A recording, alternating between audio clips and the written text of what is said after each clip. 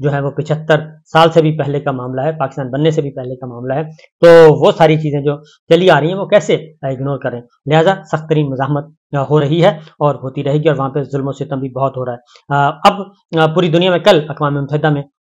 غزہ میں جو ہے جنگ بندی کی قرارداد منظور ہوئی، اور بہت بڑی اکثریت سے منظور ہوئی، اور گو کہ یہ بائنڈنگ نہیں ہے، یعنی اس پہ عمل کرنا لازمی نہیں ہے، لیکن ایک اقوام متحدہ کی طرف سے، ایک عالمی برادری کی طرف سے ایک وائس جو ہے وہ گئی ہے، اور اس کے نتیجے میں یہ سب کچھ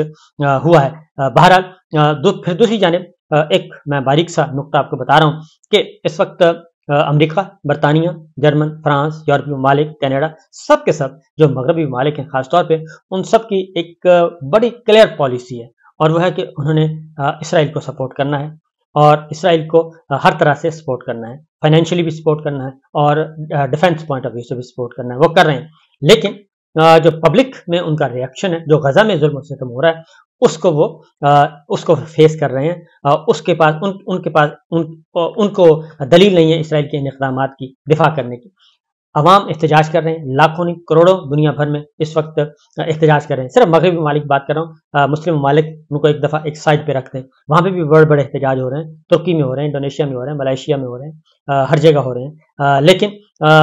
صرف مغربی ممالک وہ تو اس سے بھی کہیں زیادہ ہو رہے ہیں، اور بہت زیادہ لوگ مقامی لوگ ہیں، اور اس میں ایون جو یہودی ہیں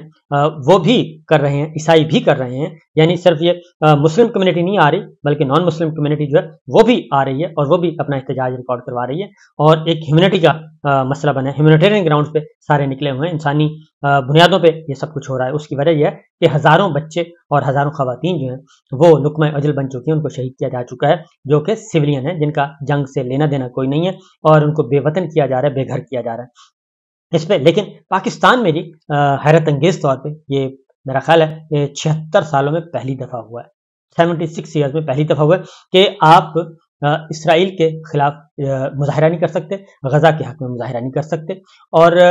جبکہ ہماری پالیسی جو ہے امریکہ، برطانیہ، یورپ، جرمن، فرانس، یہ سب کی پالیسی، کینیڈا، سب کی ایک اسٹریٹ پالیسی ہے کہ وہ اسرائیل کو سپورٹ کر رہے ہیں، ٹھیک ہے، اور لیکن وہاں پہ مظاہروں کی اجازت ہے، وہاں پہ لوگ اپنی بھڑاس نکال رہے ہیں، اور آزادی اظہار کی بھرپور وہ اٹھا رہے ہیں، فائدہ اٹھا رہے ہیں۔ لیکن ہماری جو پالیسی ہے وہ بالکل اس کے برعکس ہے، ہم غزہ کو، ہم فلسطین کو سپورٹ کر رہے ہیں، ہم دو ریاستی حل کو سپورٹ کر رہے ہیں، ہم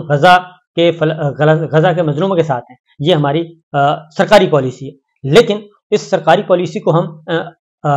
اپوز کر رہے ہیں جب سڑکوں پہ پبلک اپنا احتجاج ریکارڈ کروانے کے لیے آتی ہے، اس کو ہم اپوز کر رہے ہیں، ایسا ہم نہیں کرنے دے رہے، ہم کوئی مومنٹم نہیں بننے دے رہے، ہم اپنے ملک سے کوئی آواز نہیں جانے دے رہے، اور یہ کیوں ہو رہا ہے